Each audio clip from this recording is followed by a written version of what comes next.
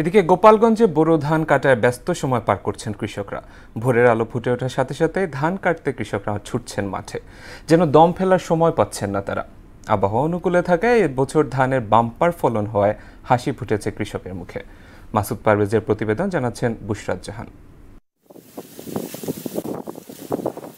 জেলা জুড়েই ধান কাটায় ব্যস্ত সময় পার করছেন কৃষকরা। তীব্র গরম ও রোদ উপেক্ষা করে ফসলের মাঠে হাড় ভাঙা পরিশ্রম করছেন কৃষাণীরা। জেলার 5টি উপজেলায় এবার 82,588 হেক্টর জমিতে হাইব্রিড সহ বিভিন্ন জাতের ধানে ভরে গেছে মাঠ।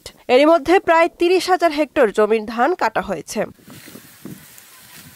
কৃষকের পাশাপাশি দৈনিক 1,000 টাকা মজুরি হিসাবে ধান কাটছেন শ্রমিকরাও। উৎপাদন ভালো হয় মালিকের পাশাপাশি খুশি তারাও।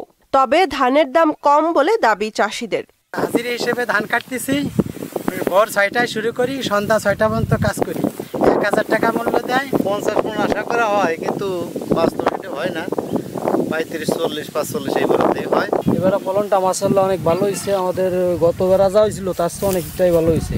ধানের দাম আসলে যেভাবে হয়েছে 950 টাকা পর্যন্ত দিচ্ছে, এরপর আর রেট বাড়তি, দাম বাড়াচ্ছে না। কৃষকদের এটাই দাবি, আমাদের একটু ধানের দামের প্রয়োজন, দাম খুবই কম। এবছর গোপালগঞ্জে বোরো ধানের ফলন ভালো হয়েছে। ফসল ঘরে তুলতে কৃষি কর্মকর্তারা মাঠ পর্যায়ে কৃষকদের নিয়মিত পরামর্শ দিয়ে যাচ্ছে। নির্বিঘ্নে কৃষক যাতে তাদের বড় ফসল ঘরে তুলতে পারে সে ব্যাপারে আমাদের কৃষি বিভাগ গোপালগঞ্জ সার্বক্ষণিকভাবে সজাগ এবং সচেষ্ট আছে। আমরা সার্বক্ষণিকভাবে কৃষকদের পাশে থেকে তাদের এই ফসল তোলার ক্ষেত্রে সর্বোচ্চ চেষ্টা চালিয়ে যাচ্ছি। গোপালগঞ্জে এবার বিঘা প্রতি 45 থেকে 50 মণ ধান উৎপাদনের আশা করছেন কৃষকরা। তাতে 4,02,000 মেট্রিক টনের বেশি ধান পাওয়া যাবে।